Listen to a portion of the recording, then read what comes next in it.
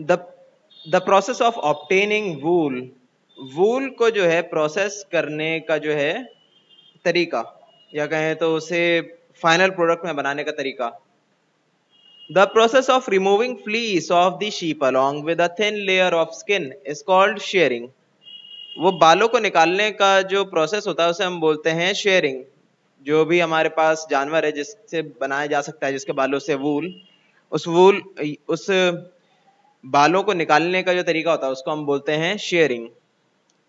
Sheep are commonly shorn of their fleece once a year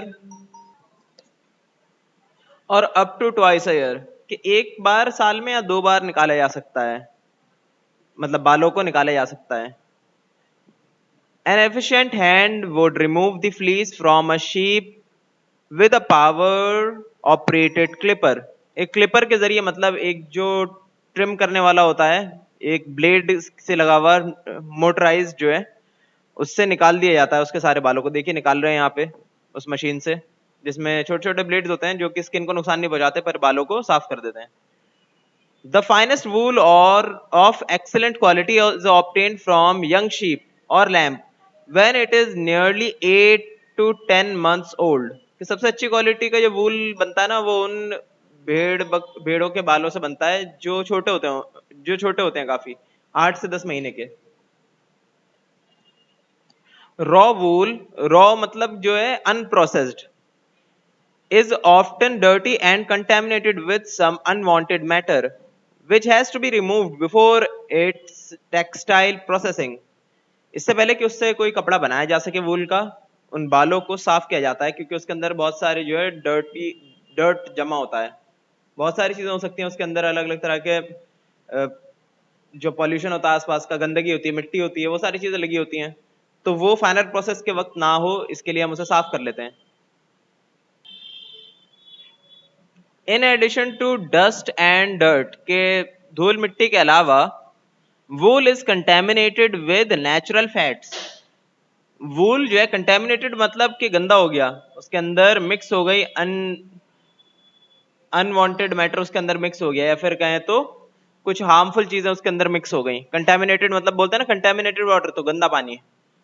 wool is contaminated with natural fats, के fats भी लगा होता है उनके अंदर, grease and perspiration residue. Grease मतलब कि चिपचिपी चीजें लगी होती हैं उसके अंदर, और पर्सपिरेशन पसीने को बोलते हैं, पसीना होने को, उसका रेसिड्यू, उसका जो बचा कुचा होता है, थोड़ा सा पसीना भी होता है उन बालों में। तो ये सारी चीजें साफ करने के लिए क्या करते हैं, successive scouring and washing tanks are used for wash with warm detergent solutions. बोल रहे हैं कि स्काउरिंग क्या होता है। स्काउरिंग एक प्रोसेस होता है जिसमें हम धोते हैं वूल को, ठीक है, पानी के जरिए और अलग अलग केमिकल्स के जरिए, जिससे कि वो फिनिश हो जाए, थोड़ा सा साफ हो जाए। और किस चीज में किया जाता है स्काउरिंग, वॉशिंग टैंक्स में किया जाता है, उसमें धोया जाता है। तो असल में धोना ही होता है एक तरह से स्काउरिंग, पर अलग अलग मेथड्स के जरिए, जिससे बेहतर से बेहतर उसकी धुलाई हो सके, ठीक है, उसे फिनिश्ड कर दिया जाता है अच्छे से, साफ बिल्कुल। केमिकल्स का यूज होता होगा काफी सारे।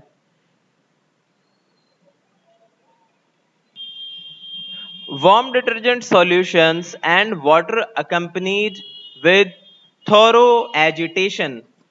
बोल रहे हैं कि जो है डिटर्जेंट का सॉल्यूशन, ठीक है, वो और पानी आपस में मिक्स करने के बाद एक मशीन में रखते हैं, वॉशिंग मशीन में, या फिर कहें तो वॉशिंग टैंक में, और उसके बाद वहां पे एजिटेशन करते हैं। थोरो मतलब माइल्ड, हल्का सा एजिटेशन करते हैं। एजिटेशन का मीनिंग होता है हिलाना, या फिर कहें तो कुछ स्टार्ट करना। तो क्या स्टार्ट करते हैं वहां पे, वाइब्रेशन स्टार्ट करते हैं, थोड़ा सा आगे पीछे करते हैं मोशन को वॉशिंग मशीन के। वॉशिंग मशीन आपने चलते हुए देखी होगी, क्या होता है, उसका मोटर पहले आगे घूमता है, या फिर कहें तो क्लॉकवाइज घूमता है, फिर एंटी क्लॉकवाइज घूमता है, और घूम घूम के कपड़ों को फंसा फंसा के उसे साफ कर देता है। तो यही काम होता है वूल के साथ भी।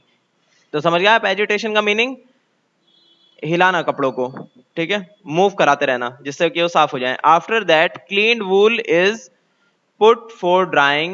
This entire process of removing contaminated materials, washing and drying of wool is called scouring। ठीक है, ये जो पूरा प्रोसेस है साफ करने का, फिनिश करने का उस वूल को, उसको हम बोलते हैं स्काउरिंग।